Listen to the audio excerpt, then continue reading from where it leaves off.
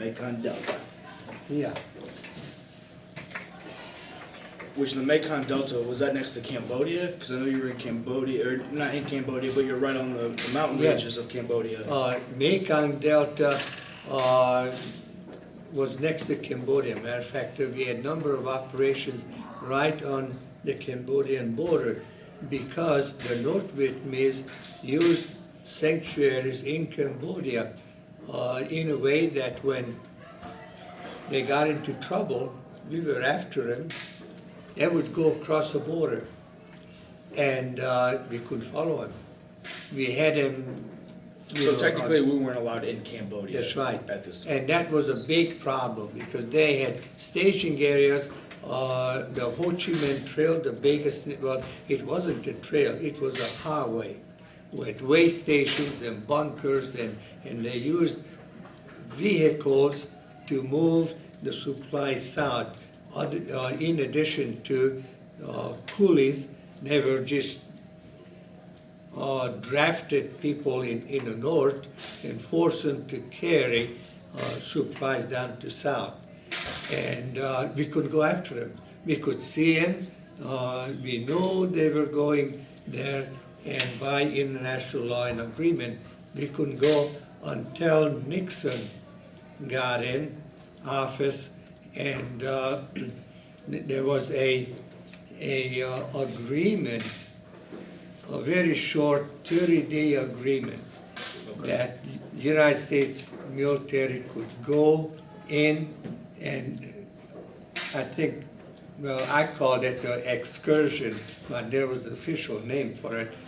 But June, July of 70, when we went in with full force, conventional forces, not special forces. And I'm sure we had special forces in there and knew what we were doing or what they were doing. I had a friend who was on a mission from the organization that was offered to me at one time. He went in to investigate the Ho Chi Minh Trail, and he was the first one, came back and said, you know, it's not a trail, it's a highway with fuel pipelines, big pipelines coming from the north, coming down south to bring fuel and that kind of a thing. And nobody believed him. They say, you must be smoking pop or, you know, what, you know, just, and he said, I'll show you. So he went back and brought a piece of the pipe that they were using and said, here it is. And so there was a big need to destroy these sanctuaries. And 1st Cap Division and many other units went in, and in 30 days they did as much damage as they could. They had constant outloading of supplies, and they had stockpiles of rice, for example, on pallets as big as this classroom, not one, but all over in the jungle. They had training areas with beds and blankets and visual aids and painted walkways between these huts, and it was just unbelievable. And we could not, in 30 days, we could not outload everything that was military use. I mean, they've been fighting for so long. The Americans weren't the first ones in there, so they were used to and knew how to get around Indochina, the Indochina War. Yes. And when I obtained an assignment with the 1st Cap Division, I took command of an infantry company right after that unit came back to Vietnam from Cambodia. And we slowly went from Cambodian border, and this was a little bit north from Mekong Delta, but we went from the Cambodian border across to the South China Sea. So we were in a highland, and we got into an area that was defoliated. Triple canopy jungle was like a cemetery for trees because there was no foliage, and you can imagine huge trees, teak and other hardwood trees, 150, 200 feet tall. And then it was in layers. There were smaller trees underneath, and then even smaller trees underneath that was maybe 100 feet tall. So they filtered the light out so that the ground was barren. There was no bushes, nothing except moss and the plants that needed very little light. And it was beautiful. Okay. And in that, we discovered a position that was built during the Indochina period that was a base camp kind of fortification for at least 1,000 soldiers. And they had overhead cover on trenches, and overhead cover on shelters for 15, 20 people, for 50 people, for 100 people who had bunks. But because we denied that area by defoliating the jungle, they started to dilapidate. So some of the timbers and camouflage and all those things were hanging around, like rags. So I had a chance to really study, walked around, and I wanted to know what these people, the North Vietnamese, are capable to do over time. Yes. Because they were not dummies. And so by depriving their sanctuary, they turned literally into farmers. They were still soldiers, they still had weapons, they didn't have much ammunition, they didn't have the regular supplies, so they cultivated the jungle, cut open areas out and planted rice so they wouldn't starve. And that was the big benefit that I don't think American public appreciate, that how many lives we saved that way. We were so involved in and I even say petty things, but we were very naive. A large part of our population was very naive about the war and about the enemy, that determined to dominate another country, that had the right to be democratic, or they had the right to choose their own form of government. South Vietnamese government wasn't perfect, but certainly much, much better than the North Vietnamese offered them. And eventually, when I categorize it, we abandoned them to the North, and the North just made them into a totalitarian society. And I'm very sad about that. I didn't agree. I didn't see why the United States abandoned it, because we had a lot of good support, people who helped us and worked with us, and they ended up in re-education camps where their lives and families' lives were at risk. And in those people, I'm sure, who worked with us special forces, a lot of them were executed. Some of them were able to escape.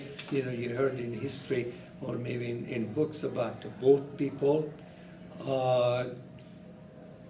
We just abandoned them to an enemy that was not only their enemy, it was our enemy as well. So, in your eyes, Tet did not, it was their last stance. It was the North Vietnamese last stance. And we could have, if we would have pressured on, and instead of the American public pulling back, we could have had a successful campaign. Well, I had the opinion at that time that we were winning a war, and I could not see why we abandoned South Vietnam, except the war was lost not in the battlefield, it was lost here in the United States. Public opinion. President Johnson,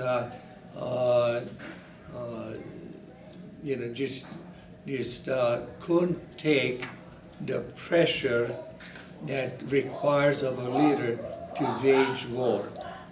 And I'm not saying that Nixon was any better, but Nixon saw the writing on the wall. The American people were supporting by Nixon time. Vietnam was very, very unpopular. Yes. Not that war popular any time, but it was very, very You think it was because of unpopular. the draft? And he wanted to just disengage himself at any cost, and for the long run, for his political future. So there was a Tet Offensive, and it was a bloody, bloody offensive, but we didn't even admit to ourselves that we won. But we did. We won. The Vietnamese, North Vietnamese had number of objectives in a Tet Offensive, and they were willing to sacrifice as many lives of their own lives as they needed. And that's how totalitarian society works.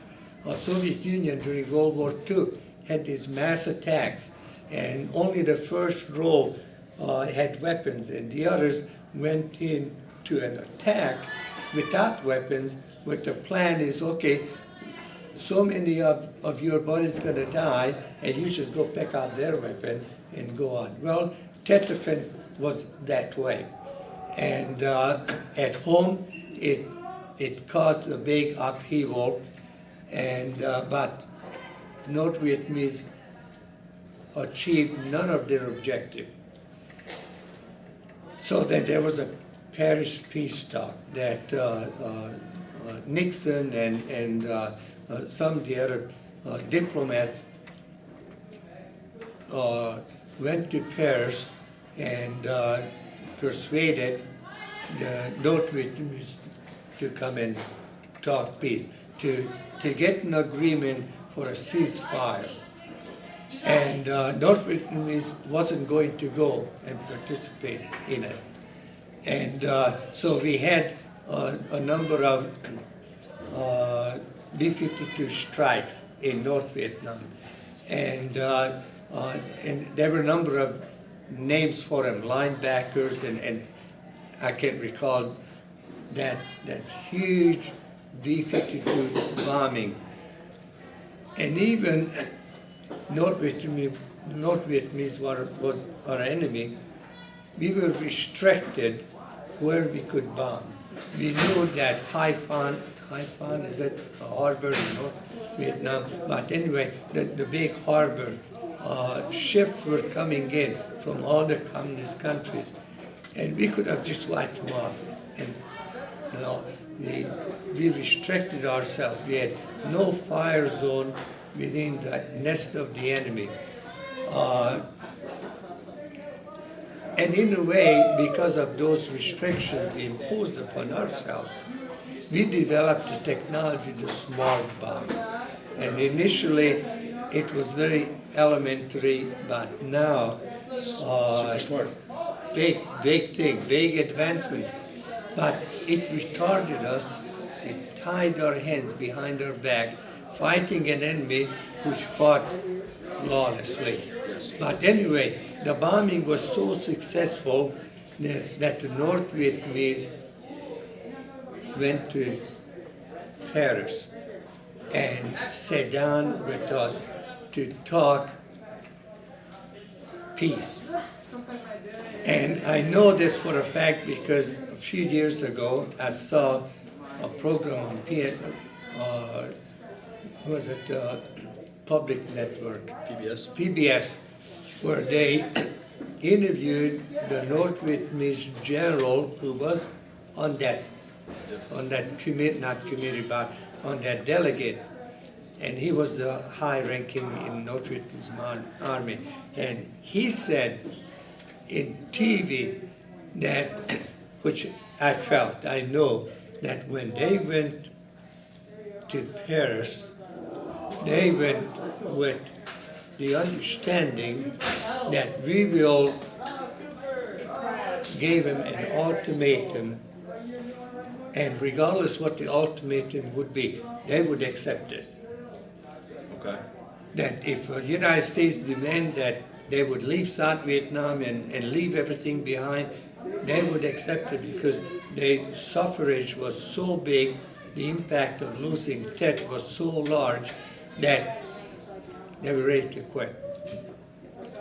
And when they sat at the table with United States delegate Kissinger and the other guys, and we started off telling them that let us leave South Vietnam without putting pressure on us, so that we can say that we leave with honor, that there would not be like a war conflict and they drive us off. We wanted to save face.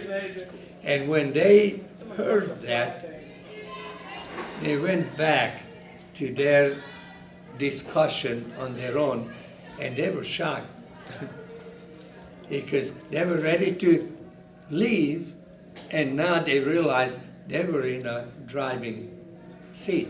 That's crazy. So when they came back, they said in a half-heartedly, all right, but you have to leave all this stuff and all this. They start dictating to us how we're going to leave.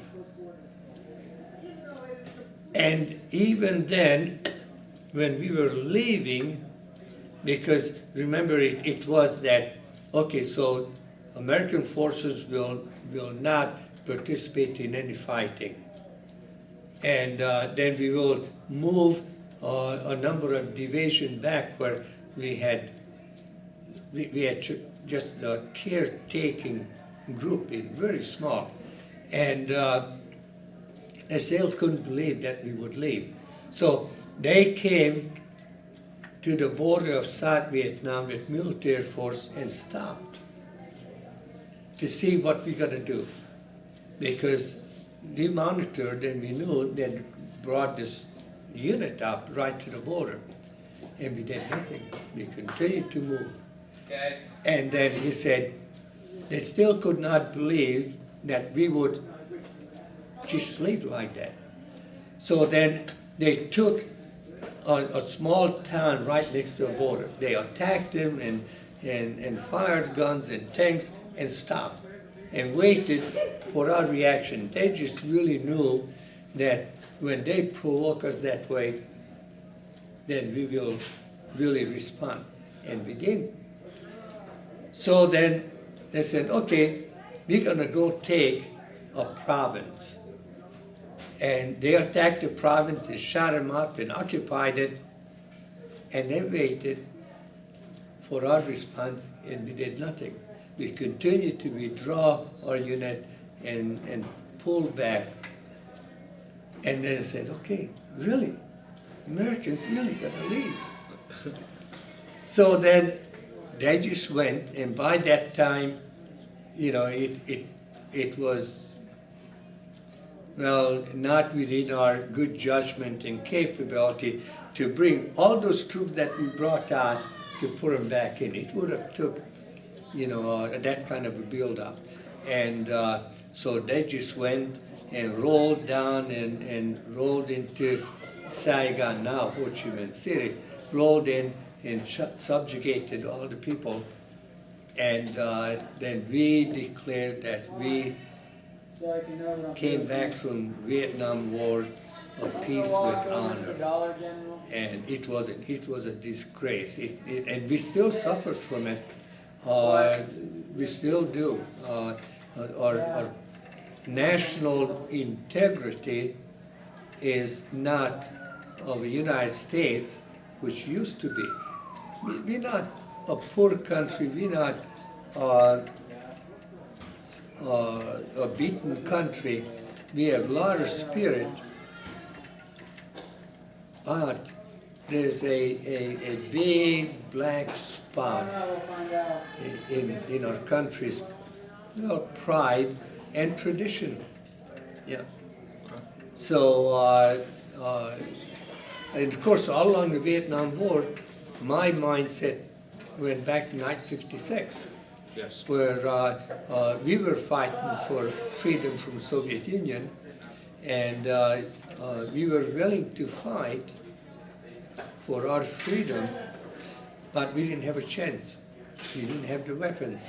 And I saw the parallel in Vietnam, that the Vietnamese wanted freedom, and of course, we as the United States, we had more than just supply, and we committed our young people on military with such a condition that we tied their hands behind their back, and well, by tradition and by the founding fathers, our military will always be controlled by civilian authority. And I have no problem with that.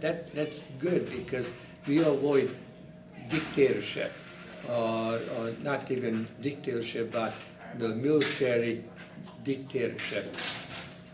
But when our country determined to use the heavy hand of our power, the military, when diplomacy fails and we commit to such extent that we use our military, then we should let military fight for a goal, an objective, and we achieve it, then the game is up. And it didn't happen in Vietnam, and because of that, politicians played soldiers in a political way, and we lost. Yeah. So you talked about how you were, when you were on the ground in Vietnam, you had some stories about, when you were with your first unit and before your second enlistment. I believe it was when you were on the Cambodian border up in the mountains and you could see lights, like it was a generator. Yeah. Well, I always maintained a good sense of attitude and sense of humor too. I took command of a infantry company, about 130, 40 young men. I was probably the oldest, and I had bragging rights, so to speak, because I was in country longer than anybody.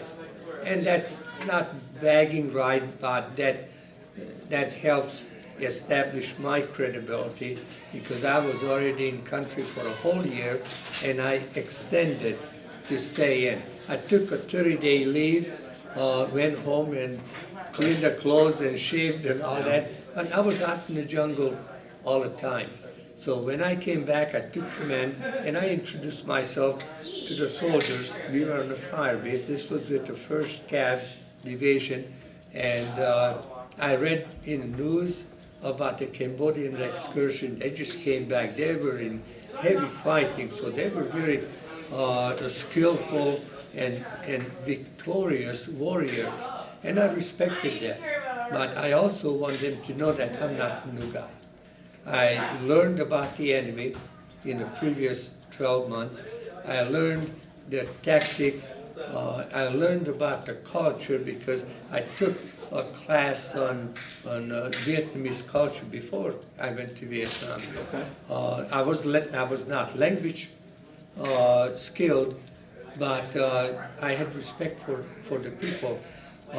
While I was in Mekong Delta, I took time to visit pagodas, and our soldiers were ethnic Cambodians. In Special Forces, we had about 600 soldiers that we commanded We were the commanders, and then we had chain of command for them.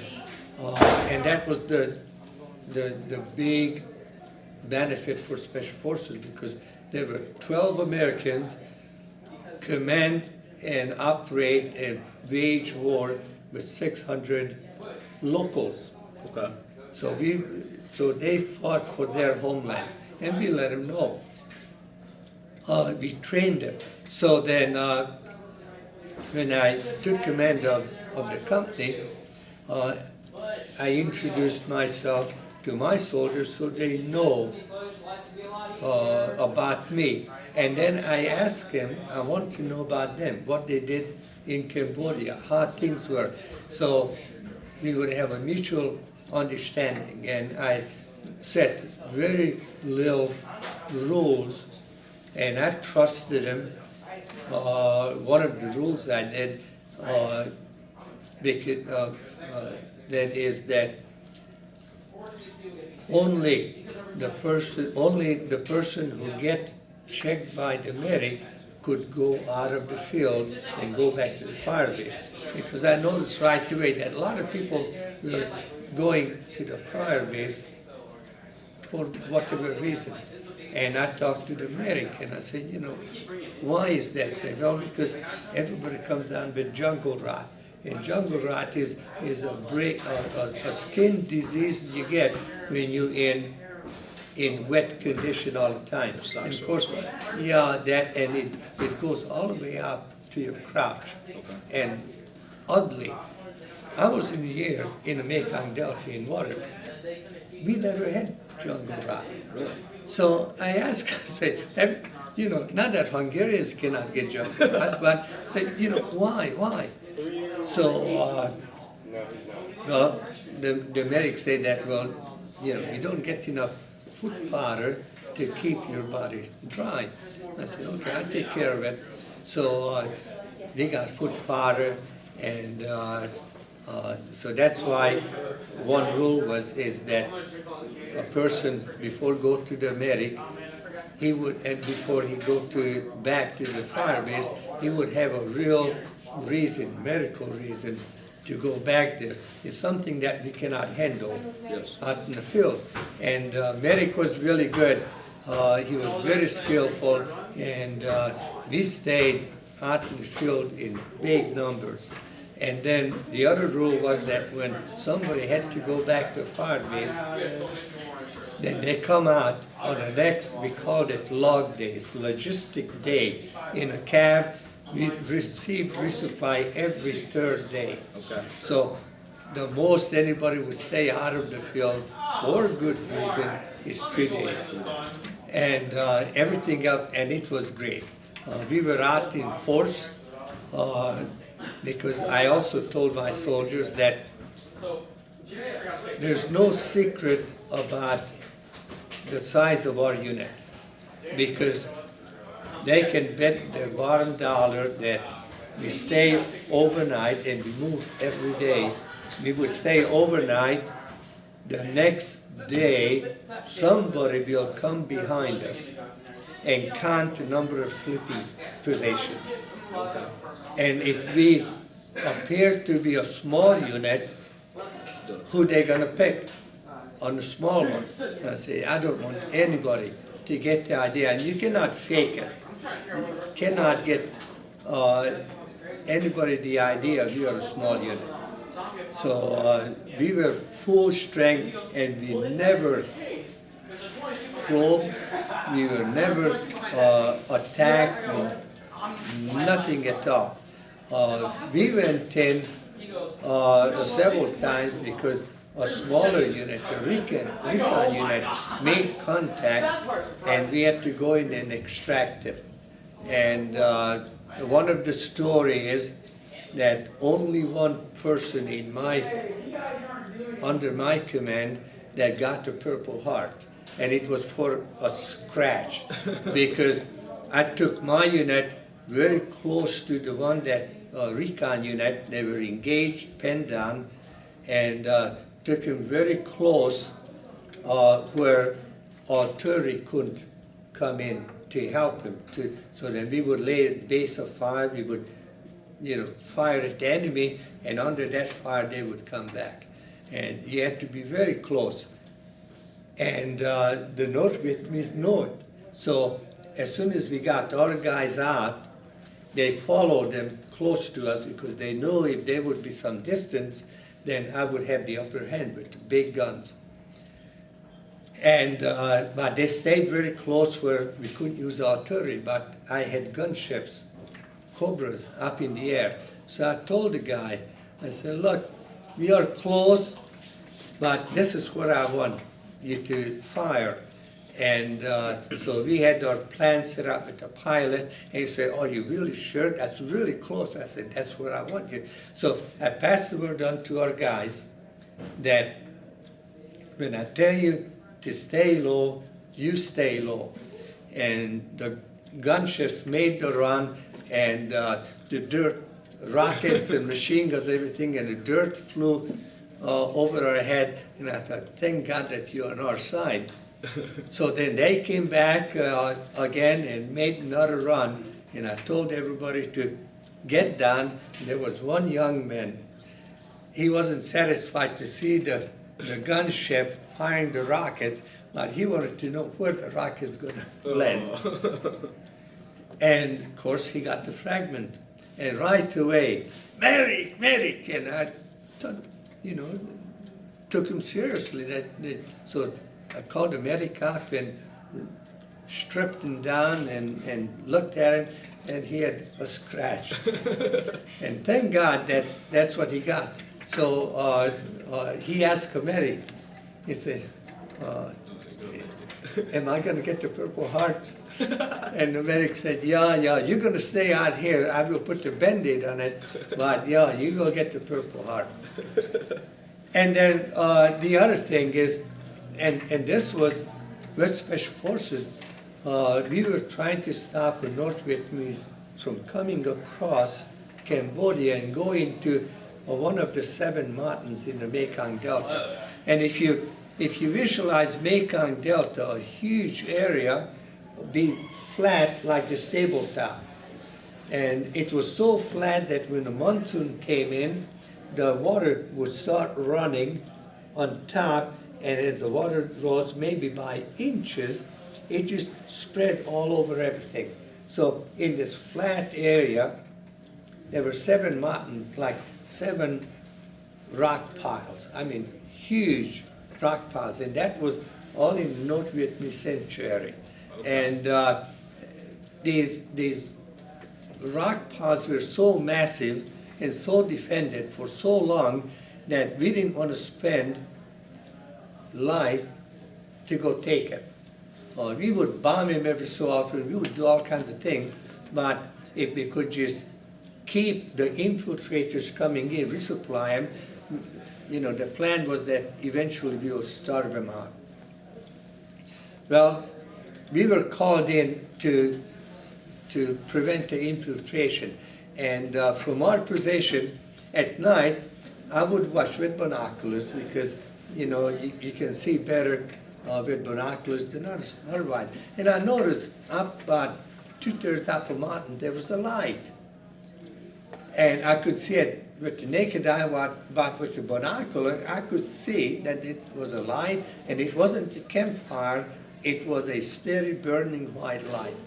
And I thought, those boogers, up there, they have generators, they probably cook food and radios and all that. And here I am, and there's nothing I can do about it because they were so far. And I watched them, and we had helicopters, and we called them black ponies. These were a fixed-wing small aircraft. They had rockets on them, bigger than a Cessna. They had a push and pull prop on them. They could stay in the air for a long time. It's a good plane to have close when you really need fire. And they were flying between me and that mountain, and these guys on the mountain wouldn't even put the light out. Really? And that aggravated me even more. So they're egging you on. Yeah, it was almost like a big light say, ho, ho, ho, here I am, you know, you cannot get me. So I thought, okay, I have a plan for you.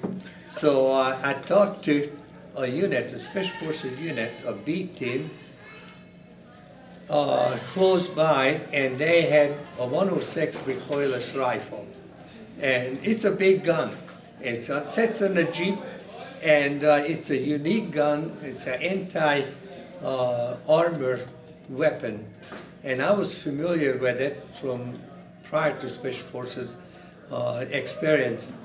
And so I talked to the commander, and I told him, I want your gun and a Jeep and about a dozen rounds. And they fire a round that's like a 105 howitzer. Wow. So it big, and it make a big smoke and everything. So you cannot fire it hiding.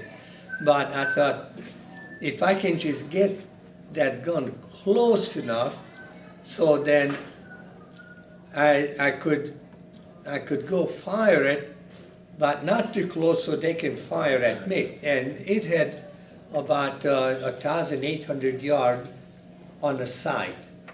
And I had to do it daytime because at night you didn't dare to move.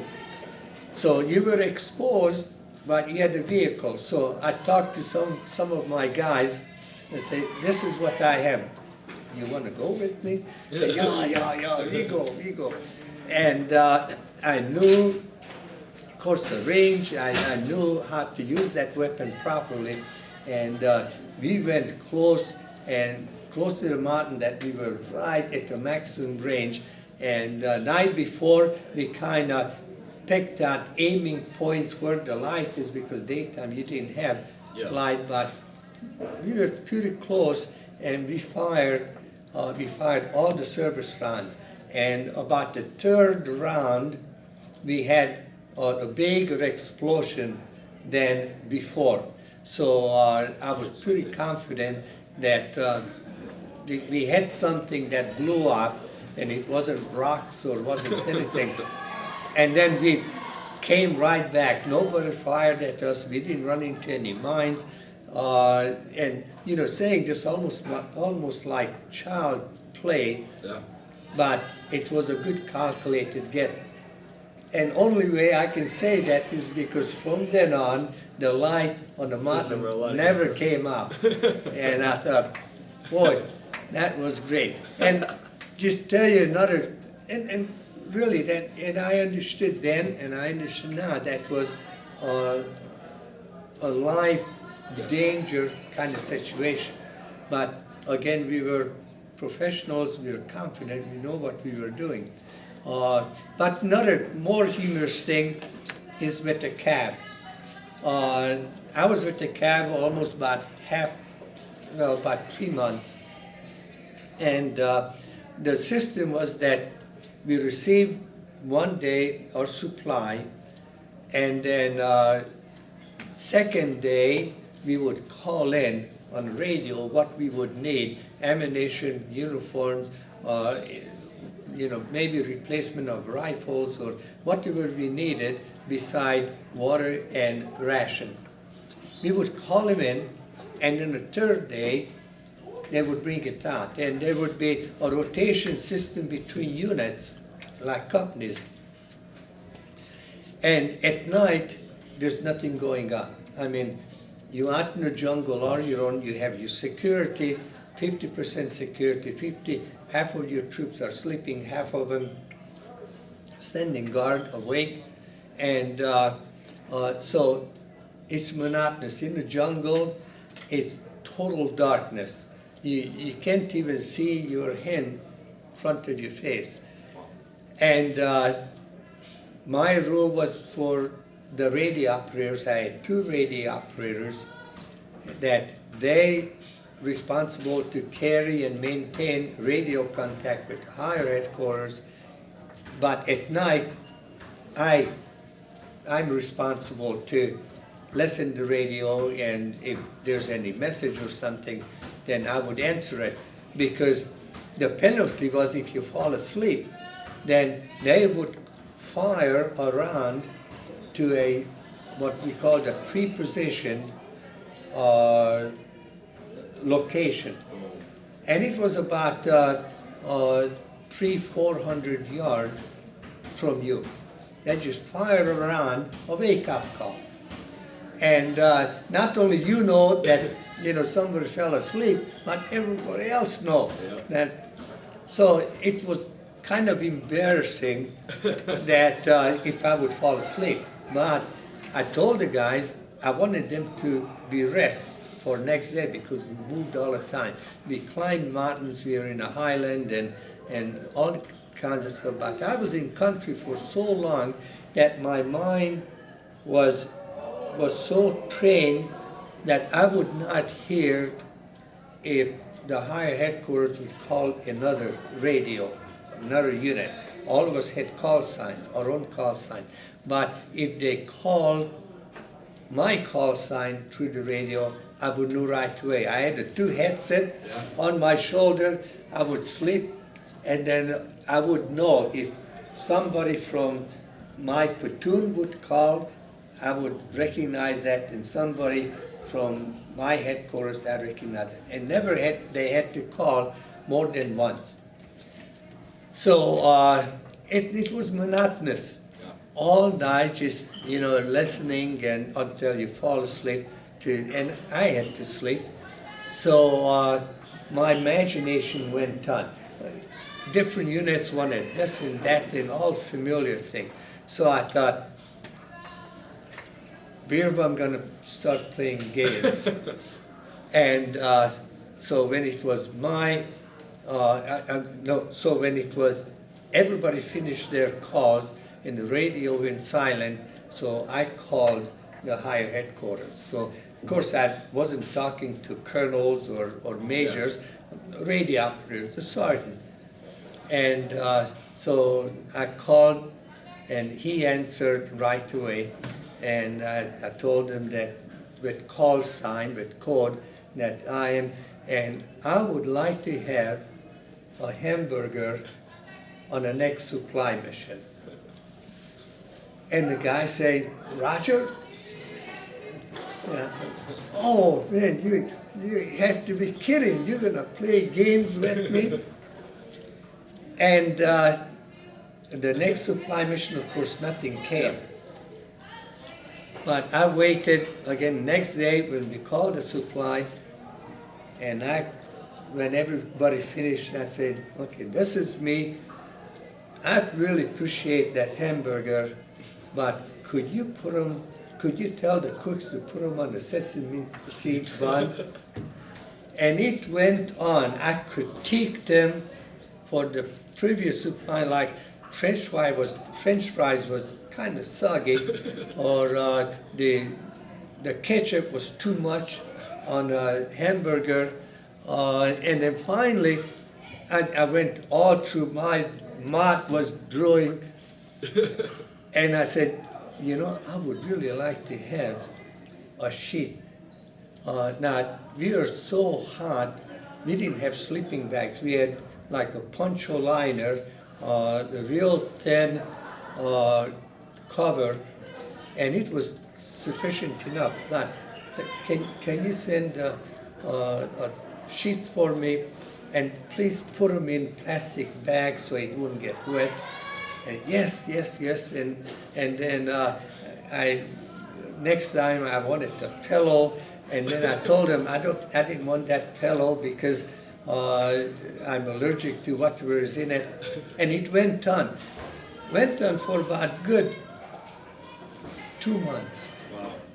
Every third day, and I would express my appreciation, critique him, and add on or put a little twist to it, and nobody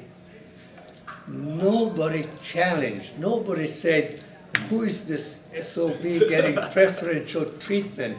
Nobody.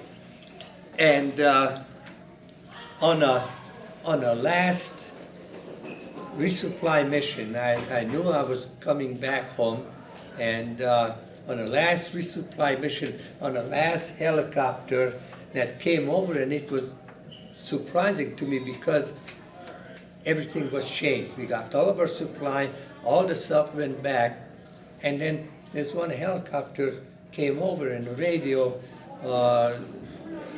operator told me that the pilot wanted to talk to me. And I thought, are they going to take me out early? My replacement was in 10. I was just flabbergasted. And I picked up a handset and I used my call sign, and the pilot say, okay, look up, can you see me? I said, yeah, I can see. And say, well, we're going to drop a box out for you. And there's a smoke on it, so you can find it. So helicopter came and there was a box coming down with a smoke grenade on it.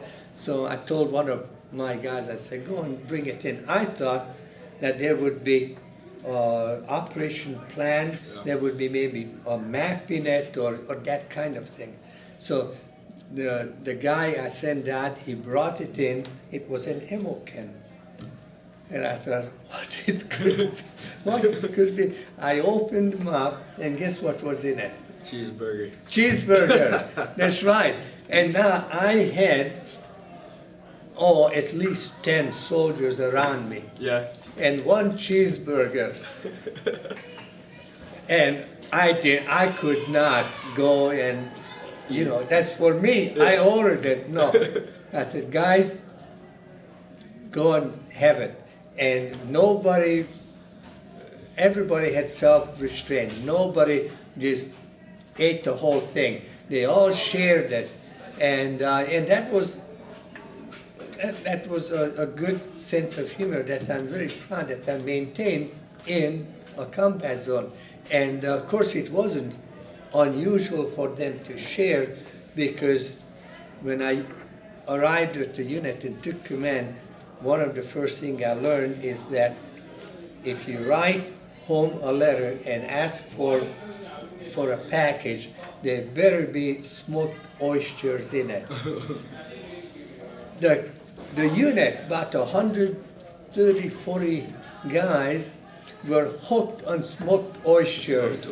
And if you wanted something, you better have several cans, because when the package came in for anybody, the smoked oysters were shared with everybody.